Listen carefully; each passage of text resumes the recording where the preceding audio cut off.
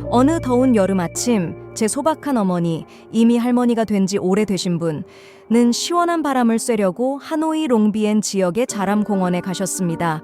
아직 신선한 바람을 맞이하기도 전에 한 젊은이가 벤치에 앉아 있는 어머니의 어깨를 툭 치고는 웃으며 지나갔습니다. 잠시 후 25에서 27세 정도로 보이는 또 다른 젊은이가 와서 똑같이 어깨를 만지며 희롱했습니다. 이때 어머니는 상황을 파악하고는 이봐, 이 자식들아, 너희는 내 자식 나이만큼도 안 됐어 라고 외치셨습니다. 그러나 젊은이는 전혀 당황하지 않고 자식은 무슨 고전품이 좋단 말이야. 어쩔 건데? 라고 대답했습니다. 어머니는 충격에 빠져 눈이 휘둥그레졌습니다. 마침 맞은편 벤치에 앉아있는 70세 정도로 보이는 할아버지를 발견하고 동지를 찾기 위해 그에게 달려갔습니다. 어르신, 요즘 젊은이들은 너무 망가졌네요. 오랜만에 공원에 왔더니 많이 변했어요. 그 할아버지는 풍채가 꽤 괜찮아 보였고 침착하게 말했습니다. 아줌마가 너무 뒤떨어졌네요. 이 공원엔 아줌마 나이 또래가 많아요. 아줌마가 모를 뿐이지 서양에서는 오래전부터 길거리에서 서로 키스하는 게 흔한 일이에요. 이제 우리도 자유로워졌어요. 나야 돈이 없어서 일주일에 2번만 가는데 주로 대학생들과 함께 해요. 다녀오면 기분도 상쾌하고 병도 없어서 자식들이 나 돌볼 일이 줄어드니 그것도 기쁨이죠. 어머니는 놀라서 물었습니다. 그럼 돈이 꽤 많이 들겠네요, 어르신? 할아버지는 웃으며 대답했습니다. 돈이 좀 들긴 하지만 병도 없고 기분도 상쾌해지니 손해볼 게 없죠. 일주일에 한 50만 동 정도 쓰는 것 같아요. 모텔에서 깨끗이 씻고 상쾌하게 지내는 게 얼마나 좋은지 몰라요. 여기 제 전화번호가 있는데요. 대학생들하고 다닐 때는 보통 할아버지, 절대 제 순결만은 지켜주세요. 저는 결혼해야 하거든요 라고 말하곤 해요. 그래도 난 그걸로 충분히 행복하죠.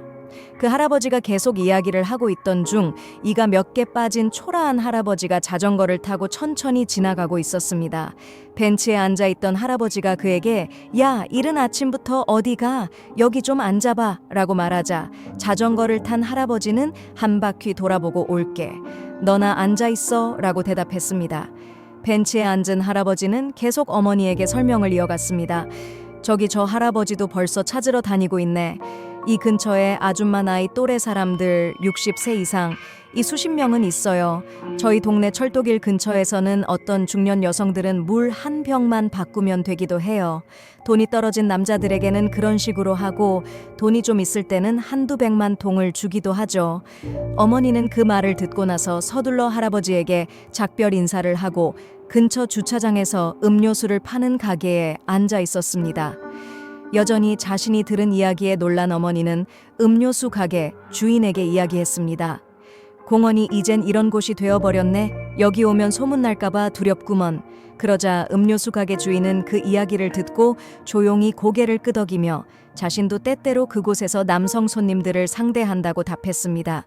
우육십에도 생계를 위한 분투, 하노이의 레닌 공원, 할레 호수 주변, 트란빈 트롱 도로의 버스 정류장, 엔구옌 딘 치으 거리 등을 따라 매일 자전거를 타고 고객을 찾거나 나무 아래에 서 있는 연령대가 높은 성매매 여성들을 종종 볼 수 있습니다. 그들을 잘 알지 못한다면 마주치는 사람들은 그들을 주변의 평범한 주부들로 착각하기 쉽습니다. 이곳의 성매매 여성들은 단정하게 옷을 입고 마스크를 쓰고 다니며 화려한 화장을 하지 않습니다. 손에는 항상 헬멧을 들고 손님을 기다립니다. 그들은 아침부터 밤까지 부지런히 일을 합니다. 손님은 건설 노동자, 오토바이 택시기사, 트럭 운전사, 나이든 어르신들, 그리고 젊은 청년들까지 다양합니다. 이곳에서 성매매를 하는 사람들은 대부분 외모가 많이 퇴색했고 여러 지역에서 흘러온 이들로 가격은 매우 저렴합니다. 일부는 오래된 베테랑 성매매 여성들이며 어떤 경우에는 남편과 자식에게 버림받고 실망한 나머지 성매매를 통해 세상을 잊으려는 경우도 있습니다. 자신이 나이가 많다는 것을 알고 있는 이들은 경쟁을 피하기 위해 성매매 여성이 많이 없는 지역에서 활동합니다. 레닌 공원 근처 트란빈 트롱 도로의 한 코너에는 하이라는 이름의 성매매 여성이 있습니다. 이 여성은 고객을 만나면 능청스럽게 대화를 시작하거나 귓속말로 다가와서 고객이 긍정하면 바로 떠납니다. 하이는 꽤 단정한 외모를 가지고 있으며 공무원처럼 옷을 입고 있어 손님도 많은 편입니다. 하이는 엔구엔 딘치의 거리에서 10년 넘게 일해왔으며 매일 오전 8시부터 성실하게 일을 나갑니다. 다른 성매매 여성들이 자전거를 타고 특정 장소를 지나가며 마스크를 쓰고 있는 것과 달리 하이는 몇몇 나무 아래에서 자전거에 앉아 신문을 읽으며 마스크 없이 손님을 기다립니다. 손님이 다가오면 아주 가볍게 손짓하고 가격이 맞으면 떠납니다. 근처의 한 음료 가게 주인은 하이가 의외로 손님이 많고 하루에 최소 10번은 일한다고 말합니다. 어떤 날에는 비가 내려도 그녀는 여전히 고객을 찾으며 30분에서 1시간 만에 다시 나무 아래로 돌아오곤 합니다. 하이는 자식들이 모두 시골에 살고 있지만 자식들도 생활이 어려워 여전히 그녀에게 의존하고 있습니다. 돈을 벌면 하이는 종종 아동복 가게에 들러 손주들에게 옷을 사서 보냅니다. 그녀는 매우 성실하게 일하며 심지어 설 연휴 전에도 여전히 일을 하고 며칠의 휴가 후 다시 돌아와 일하곤 합니다. 레닌 공원 앞 음료 가게에서 일하는 한 여성이 말하길 나이에 따라 손님도 다르죠. 젊고 예쁜 여성들은 젊은 손님들이 많지만 나이가 많은 손님들은 동년배 여성들을 찾는 경우가 많아요. 왜냐하면 그들은 동료감과 친밀함을 느끼고 싶어 하기 때문이에요. 라고 말했습니다. 많은 노년의 성매매 여성들은 게으르거나 방탕한 사람이 아닙니다. 하이 같은 이들은 가족의 생계를 위해 마지막 남은 것을 팔고 있습니다. 그들이 팔고 있는 것은 더 이상 외모나 몸이 아니라 그들의 존엄성입니다. 노인들도 욕구가 있다. 성매매를 관리하기 위해 성매매 구매자의 신원을 공개해야 한다는 의견에 대해 많은 이들이 성매매가 강간보다 낫다라고 말합니다. 나이든 남성들이 성적 욕구를 충족시키지 못하는 상황에서 성매매를 안전한 방법으로 선택하는 경우가 많습니다. 만약 발각되더라도 강간이나 성추행처럼 감옥에 갈 일은 없으니 말이죠. 성매매의 수요와 더불어 저소득층을 위한 저가 성매매 장소들이 등장했습니다. 이곳에는 생활이 어려워 저렴한 가격에 몸을 파는 공장 여성들과 심지어 손자, 손녀를 둔 나이든 여성들도 있습니다. 최근 경찰은 YNBN과 하노이 남동 안 지역에서 72세의 노년 성매매 주인과 여러 노년 성매매 여성을 적발했습니다.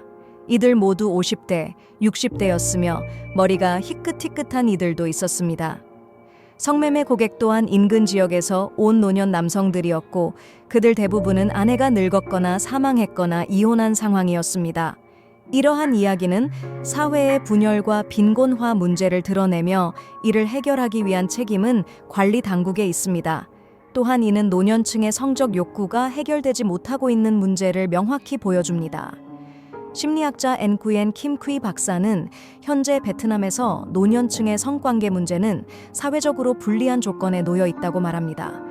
대부분의 베트남 사람들은 이를 가볍게 여기며 노인이 성관계를 갖는 것은 정상적이지 않다라는 부정적인 인식을 가지고 있습니다.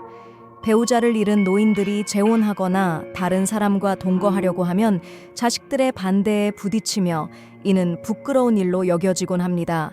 트린트롱 H와 심리학자도 비슷한 의견을 제시하며 현재 노년층의 성생활에서 가장 큰 비극은 사회적으로 인정받지 못한다는 점이라고 강조했습니다. 이러한 인식이 노년층이 자신의 자연스러운 욕구를 충족시키는 것을 방해하고 있습니다. 노년층이 성매매 장소를 찾는 것은 그들의 성생활이 단절되었음을 보여줍니다. 그 원인은 대부분 배우자의 거부이거나 일찍 배우자를 잃어 파트너를 찾을 여건이 부족하기 때문입니다.